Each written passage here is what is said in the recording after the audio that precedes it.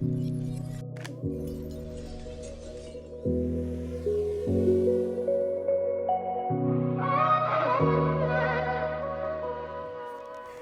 en a fini avec la côte de Leitrim. Maintenant direction Derry, ou London-Derry en fonction de où l'on parle. On va dire Derry, hein. La ville du Bloody Sunday. On vient juste d'arriver à Belfast. C'est sympa, la ville est belle. Toutes les maisons sont faites de briques là. Et ce soir on dort dans l'une d'entre elles, juste en face là.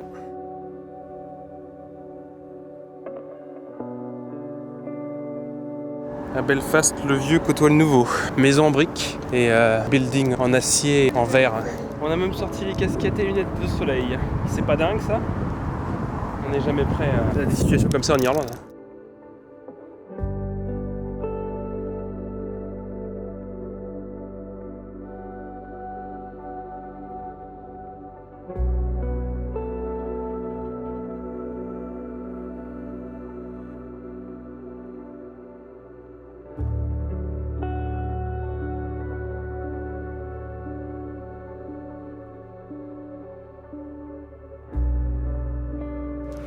Notre activité l'après-midi, c'est un tour en taxi noir et il va nous expliquer l'histoire de la ville, l'histoire de l'Irlande du Nord. On va voir des fresques murales, ça va être intéressant. We're going to start the tour roughly in the year 1970. The Troubles, as we know them as, or the conflict, it started as a result of a civil rights campaign. At that time, the Catholic population were being treated as second class. They had very poor jobs, they had very poor housing, second class education. So the civil rights campaign, they decided to address this. And they started parades, they started gatherings to campaign for a better standard for the Catholics. The local police force, the RUC, the Royal Ulster Constabulary, they didn't take too kindly to it at that time. And they approached the march very heavy-handed, with batons and with guns. And the first civil rights campaign was in a place called Londonderry or Derry. The British Army and the RUC, they tried to disband the march, and it ended up with several people being killed. This is Bloody Sunday. They created a catalyst for a lot of young nationalist people to join the Irish Republican Army. So they sort of created this monster. This apartment block that we have in front of us, known as the 𝒂𝒏𝒍𝒂𝒏𝒅. That's where a lady called Jean McConville was abducted from, because they had suspicions that she was giving information to the British Army and the Royal Ulster Constabulary. Jean McConville was subsequently abducted from her house, from her flat, a mother of 10 children. She was taken away. She was interrogated and she was subsequently executed and buried. Now, she became known as one of the disappeared. A lot of people were being abducted by the IRA because they were informers. So the IRA abducted them, interrogated them and executed them. And even to this day, there's still 3 or 4 of the disappeared whose bodies haven't been found yet. This was a hotbed for the IRA. They'd done a lot of recruitment from this area, and it expanded throughout the west of the city. The British Army, they occupied in 1970 the top 2 floors of the 𝒂𝒏𝒍𝒂𝒏𝒅 for surveillance reasons. They wanted to keep an eye on the IRA. They estimated they would be there for maybe a year or 18 months. They were actually there for over 30 years. And all the resources had to be delivered via helicopter. They changed depending on the topic of current affairs. Obviously, at the moment, the current affairs is Gaza and the Palestinian cause. For sure. On this part of Belfast, on the nationalist Catholic side, the support is for Gaza. Once we move over to the Protestant and loyalist side, support will then change to the Israelis. Yeah. Again, this wall continues down. These are all more local pictures, local murals.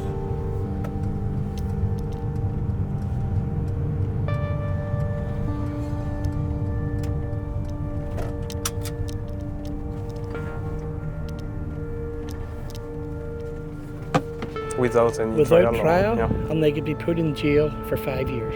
Oh yeah. Without seeing a judge, a jury, or anyone. Okay, yeah. And this happened to mainly the nationalist Catholic people.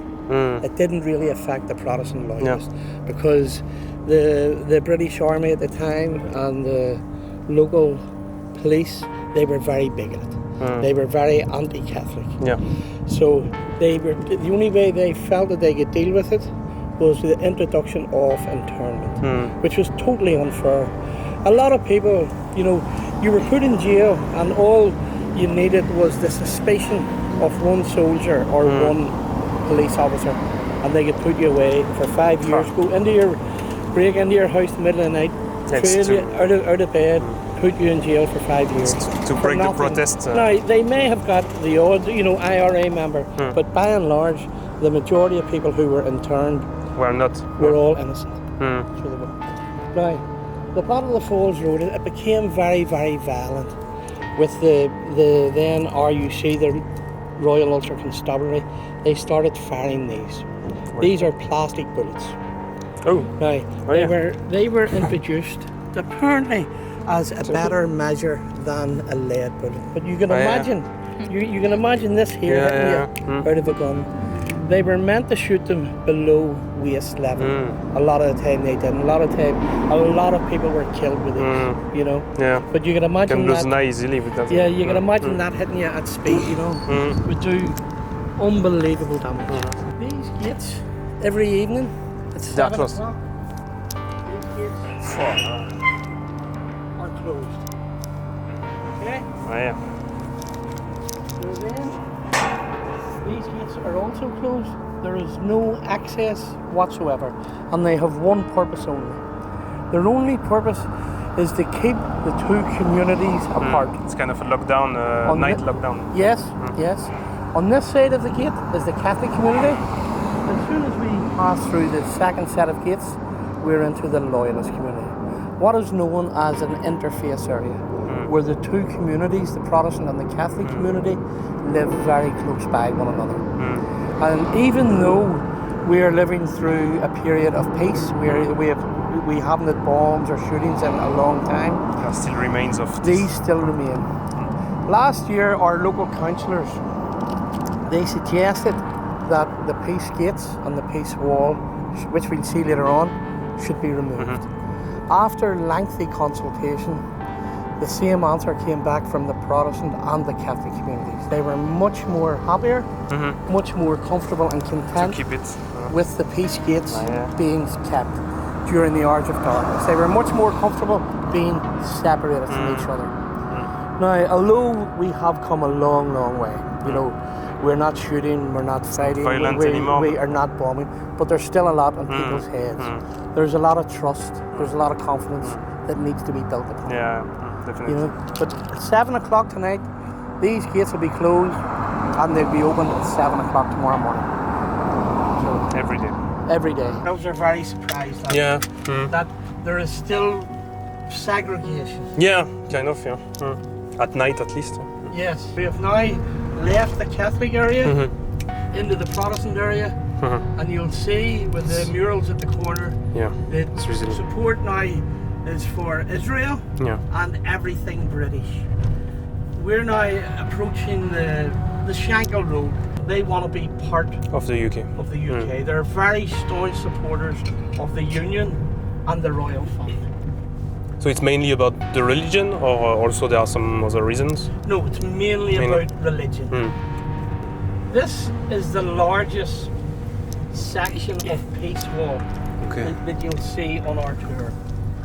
There's several of these peace walls throughout the city, and they are all at interface areas where the Catholic and the Protestant communities live very close by each other.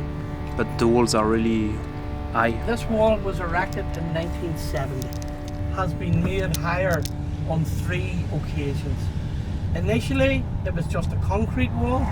Then we have the green corrugated steel, and then we had to make it higher again with the wire mesh. People were throwing stuff over it.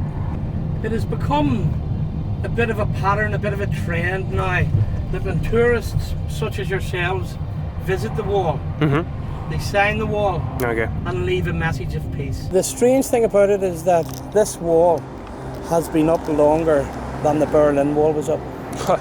You know, so it's sort of like puts it into some sort of perspective. Trouve un petit spot. Yeah, definitely. That's a good thing then, I guess. Bah, je sais pas, tu mets un message de paix. You know, I have a son, he's about 29 years old. If he's going out socialising, he will socialise. I'm from the Falls Road, okay? Catholic again. He'll socialise there, and he'll also socialise in the city centre. But he won't socialise on this side, in the Shangle. And it's the same. People from the Shangle, it's okay to socialise in the city centre because it doesn't belong to anybody. It's not Protestant or Catholic, so they mingle in the city centre, but they don't mingle in each other's areas. Maybe my grandchildren's generation, they might start. Hopefully. And even mixed marriages, Protestant Catholic marriages, they can be very problematic. Because they have to think where they're going to live. You know, they tend to move to the outskirts of Belfast where it's more acceptable, or slightly areas that are slightly higher up the social scale, maybe middle class. They tend to mingle more. But down in these areas, working class, it's not possible. They in the middle of the town, yes, but not in each other's areas. Quite an important mural on our left, an Ulster Volunteer Force mural. These were all guys from this area. And this area also suffered greatly on the first day of the Battle of the Somme. This area lost more than 500 people within a matter of hours at the Battle of the Somme. The Court Credit Union in the 23rd of October 1993, a very busy Saturday afternoon, extremely busy, 2 Irish Republican Army volunteers, 2 IRA men, entered the building armed with a bomb. The bomb went off prematurely. It killed one of the IRA members and 9 innocent civilians, known as the Shankill bombing, one of the worst atrocities that happened throughout the Troubles. The IRA, they made a statement. They believed that the Ulster Volunteer Force hierarchy were having a meeting on the 2nd floor. They weren't. Murals of our tour. We have the now King Charles. They're big supporters of him here, and also on the left we have murals of the late Queen. The 𝒂𝒅 was a public house. It was a bar. It was attacked by the IRA with a bomb and gun attack, and it resulted in 5 innocent deaths. The 𝒂𝒅 bar was situated just exactly where the memorial is. We have another selection of murals of atrocities that were carried out by the Irish Republican Army on the people of the Shankill. The one in the middle is of an ambulance man with a white hard hat on, and he's carrying a child. That child was blown up in what was known as the Balmoral Furniture Shop. The Balmoral Furniture Shop was located just to our left. It was blew up there was a bomb put in it by the Irish Republican Army. It resulted in several deaths. One of them being the baby that man is carrying there. The sad thing about that is that ambulance man actually took his own life the following day. he couldn't deal Yeah, with the loss. with what he had to deal with. It must be said at this stage of the tour that there were atrocities carried out by both communities on both communities. Yeah. The unfortunate thing is that there were over 3,000 fatalities. We're now leaving the west of the city, going north. It's one of the smallest hospitals in the city. And in 1970, the early 1970s, the then Vice President of Sinn Féin, a lady called Maura Drum, she was a patient in the hospital having routine eye surgery when loyalist paramilitaries dressed as medics entered the building and shot her dead. So even during the Troubles, hospitals weren't even a safe place to be in, and neither was this area. This is an interface area. We have the Catholic population on our left and the Protestant population on the right. This was the most dangerous interface area in Belfast throughout the Troubles. No one would have came to this area unless they really had to. Okay. The reason for the fresh flowers at the front is that Easter past there is a time when Ireland remember all the Republican dead. Okay. So on Easter Sunday we have a parade that remembers all the old IRA volunteers, all the supporters. So it has been placed a few days ago. Yeah. So they're that's why they're all green, white, and orange. You know, resembling the Irish tricolor.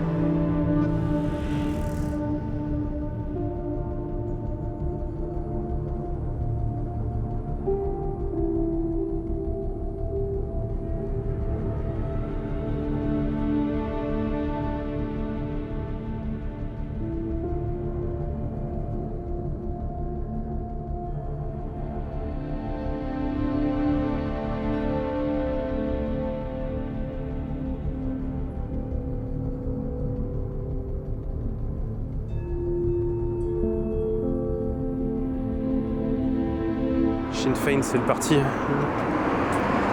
1992, an off-duty Royal Ulster Constabulary RUC man, he went berserk, he went mad. He entered the building and shot these three guys dead. Oh, yeah. This off-duty RUC guy went in, shot the three of them dead, and then drove 15 miles away to a place called 𝒂𝒏𝒂𝒊𝒔 and then shot himself. Ah oui, d'accord. Here's the mural Ok. of Bobby Sands. Bobby Sands was an IRA volunteer. He was imprisoned about 12 miles from here. Now, whilst he was in jail, Bobby Sands and his comrades, they wanted political status from the then Conservative government led by Margaret Thatcher. Margaret Thatcher was a very hard woman, and she wouldn't give in to them. Bobby Sands, they wanted political status, which was they wanted to wear their own clothes. They didn't want to wear a prison uniform. They wanted to be able to be educated in jail. They wanted regular visits. Margaret Thatcher didn't want any, but she was just classing them as ordinary criminals. So she didn't want to give them any political status at all. So therefore, Bobby Sands went on hunger strike. Unfortunately, he died after 66 days on hunger strike. Now, whilst he was on hunger strike, the way the IRA orchestrated this, after maybe 25 or 30 days, a second person joined the hunger strike. Again, after another X amount of days, another person. So he was the first of a chain. So it was always a chain of people. And the strange thing about it, there was no shortage of volunteers. There was loads of people who were willing to starve to death for Ireland.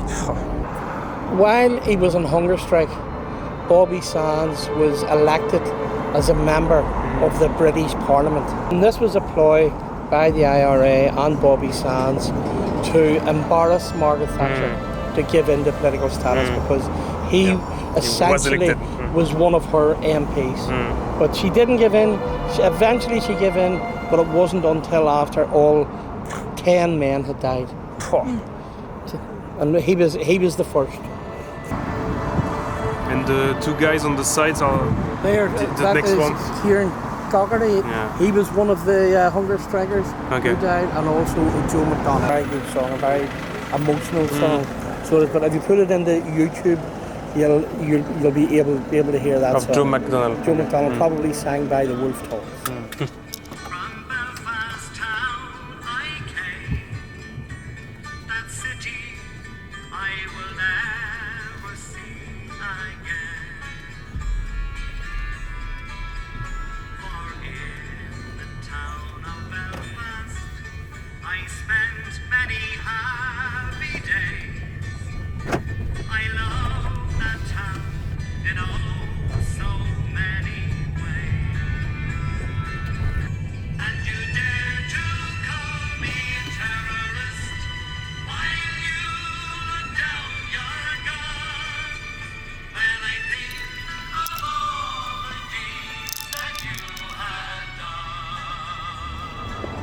Okay, lovely. Thank you, and enjoy the rest of your holiday. Okay, Thank you. Thank you. Eh bien, c'était très intéressant, très instructif. Pour quelqu'un qui s'intéresse à l'histoire et à la politique, c'est très intéressant. 𝒂𝒏𝒍𝒂𝒏𝒅 et compagnie, là, il fallait avoir une volonté de faire une grève de la faim jusqu'à en mourir. C'est quand même fou. Ça m'a fait penser un peu aussi à la situation en Bosnie. C'est un peu le même truc avec entre la Republika Srpska, les Serbes orthodoxes, et les Bosniaques musulmans, et les Croates catholiques aussi. C'est un peu une sorte de ségrégation similaire. Toujours un bus qui passe, c'est comme dingue. Et là, non, 2. Guinness 3. 3. C'est bon, il n'y a pas un 4ème. C'est vrai, il fait pas de... Putain, c'est fou. À chaque fois, j'ai un putain de bus qui passe.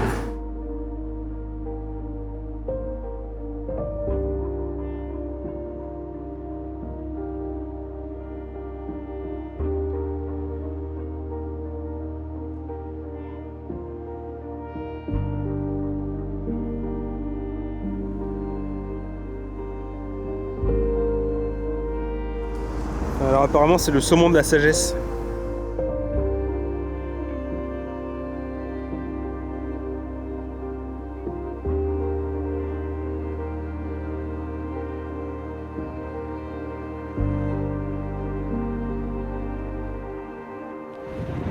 T'as vu, ils mettent the non-Irish. Parce qu'ils disent non-island. Quand ils sont northern, ils disent pas northern, ils disent norn. Norn. Norn-island.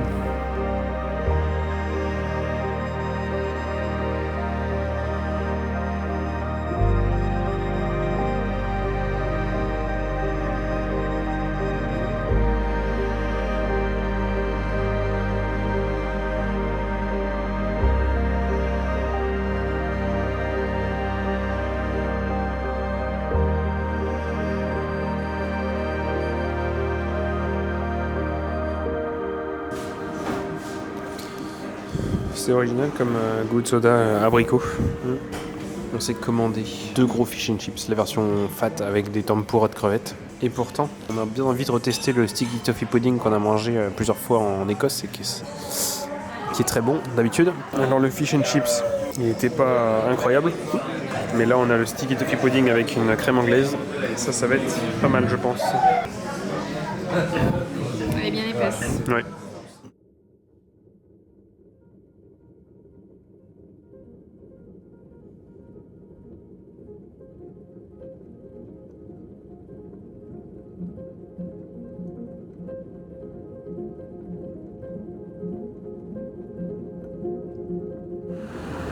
On est à Derry, Londonderry, toujours en Irlande du Nord, mais on peut voir le drapeau irlandais de la République d'Irlande qui flotte. On est du côté ouest, donc du côté vraiment frontière avec la République d'Irlande. Du coup ici c'est un peu comme à Belfast, il y a le quartier ouest de la ville qui est plus proche géographiquement de la République d'Irlande, qui est aussi plus proche politiquement de la République d'Irlande. Un nounours avec un drapeau de la Palestine.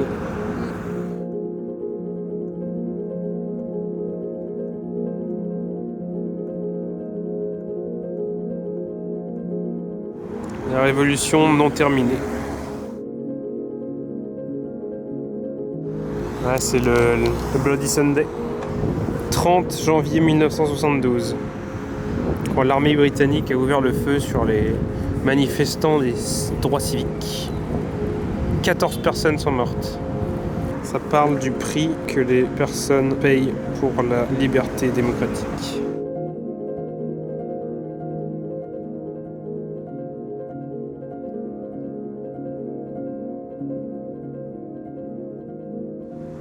C'est 14 personnes qui ont été tuées.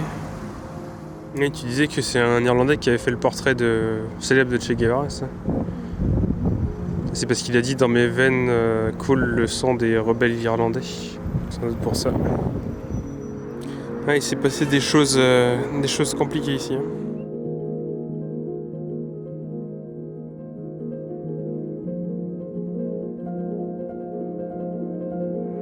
The first major civil rights march for the city was set for the 5th of October 1968.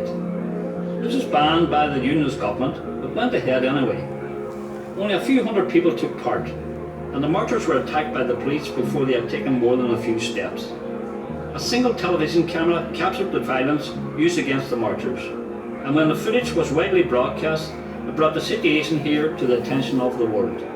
In January 1969, a left-wing student group marched from Belfast to Derry and were attacked by loyalists and police along the way, a few miles outside Derry. The violence suffered by the marchers at ℓ𝒂𝒏𝒅𝒂𝒊𝒔 led to fierce rioting. Police were repelled from the Bogside and Free Derry was born. "You are now entering Free Derry" was first painted on the gable wall. The Apprentice Boys Parade in August led to the Battle of the Bogside. 3 days of rioting as local people repelled police attacks on their area. The battle only ended when the police were replaced by the British Army. As violence intensified from all sides, the Unionist government introduced imprisonment without trial or internment against suspected Republicans. Bloody Sunday happened on the streets outside this building in 1972. During a peaceful anti-internment protest, British soldiers opened fire on unarmed marchers, killing 14 and wounding 17 more. The British labelled the victims as gunmen and bombers and launched a biased tribunal of inquiry to excuse their own actions. The relentless struggle by the Bloody Sunday Justice Campaign eventually forced the British to admit the truth in 2010. 2 of the victims died along what is now the front wall of this museum, with the others dying close by. The notion of Free Derry stayed in our hearts and minds throughout the long years of conflict, and its spirit remains today. This is a story of a community, of their ability to rise against an oppressive force, to gain dignity and equality, as well as the truth and the beginnings of justice. Ce qu'ils appellent le Bogside, c'est le quartier rive gauche quoi, de la rivière Derry. En fait, c'était la ville dans le nord où il y avait le plus de discrimination anti-catholique. Ils se sont inspirés des mouvements civiques américains et ils ont commencé à faire leur propre marche.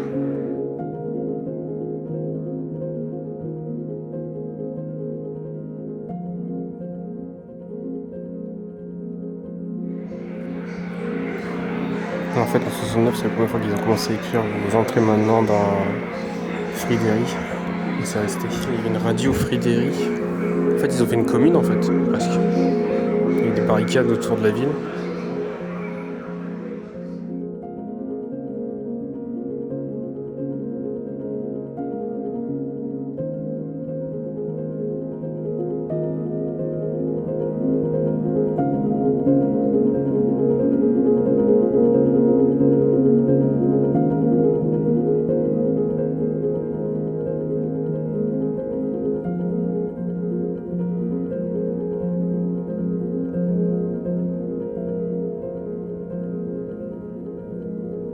They were attacked again as they entered Derry, with petrol bombs thrown at them as they passed through Unionist areas.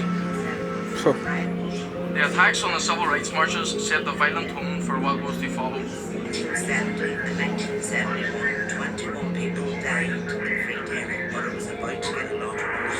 1972 would be the most violent year in the entire conflict. On the 22nd of January 1972, 8 days before Bloody Sunday, the North Derry Civil Rights Association organised a march along the Gilligan Beach to the internment camp. The march was not illegal because it did not take place on a public road. This would be the first time Derry marchers encountered the infamous British parachute regiment, soldiers with a reputation for brutality.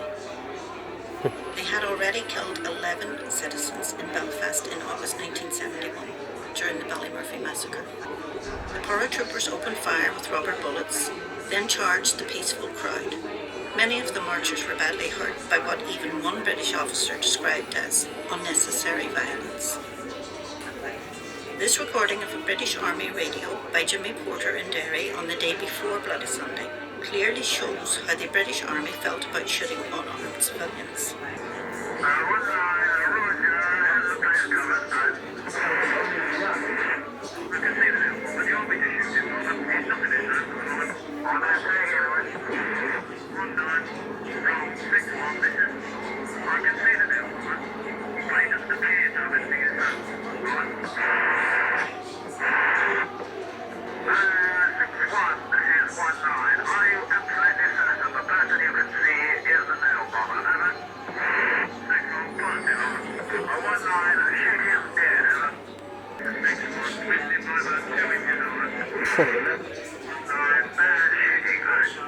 The following day was bright and clear as upwards of 15,000 people gathered in Creggan for a peaceful march against internment. The mood was upbeat and everyone expected a peaceful day. But the men, women and children on the march had no idea of the carnage they were about to endure.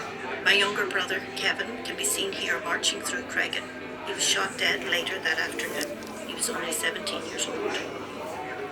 The British Army planned to prevent the marchers from reaching 𝒄𝒐𝒏𝒊𝒔. 26 barricades had been erected around the bog side. Behind them were members of the parachute regiment. Putain, les soldats britanniques poursuivaient les manifestants qui fuyaient. Oui, ils ont coursé en fait.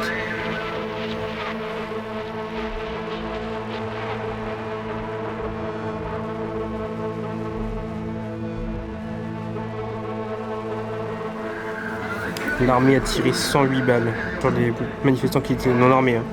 108 balles. Putain, ils tiraient dans le dos des gens, quoi. Ils orifices d'entrée, là, dans le dos.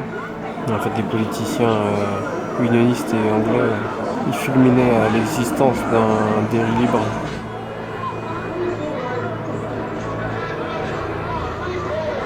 Tués alors qu'ils rampaient. Ça.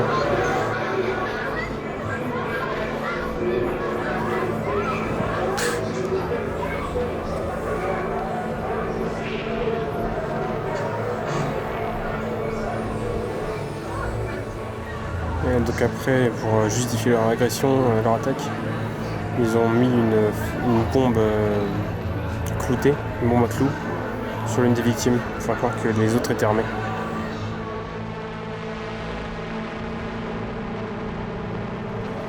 D'événements d'enfants pour étancher le sang de l'une des victimes. Ils ont essayé d'effrayer les gens, ça n'a pas marché. Il y a eu de plus en plus de monde qui a supporté le républicanisme. 6 mois après, il y a eu l'opération Motorman. C'est ça qu'on voyait sur les fresques dehors, c'est où un soldat anglais défonce une porte. Ils ont essayé encore de détruire Friederi. Pendant les 22 ans qu'on suivi, Friederi a été l'une des zones les plus militarisées d'Europe de l'Ouest. Je connais pas tout ça, je connaissais pas.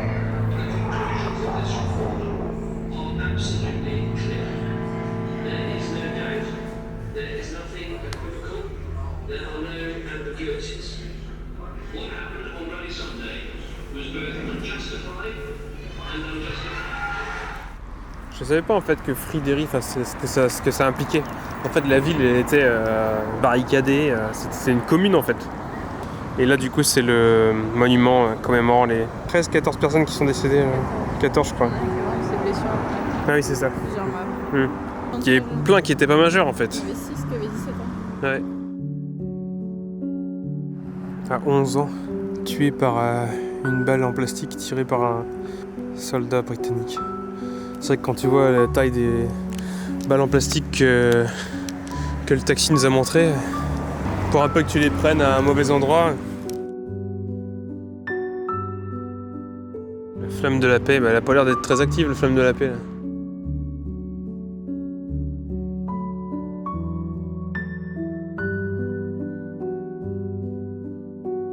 Le pont de la paix. Pont piéton qui passe d'un côté à l'autre de Derry.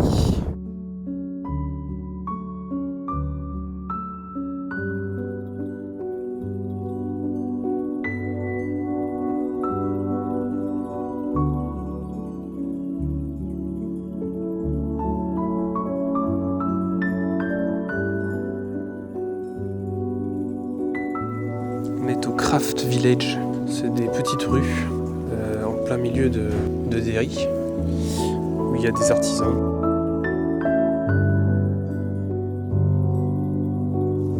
On en prend? Tu veux goûter? Carrément. Oh là là, ça va être bon ça. On s'en est pris des fudge, homemade fudge, fait maison.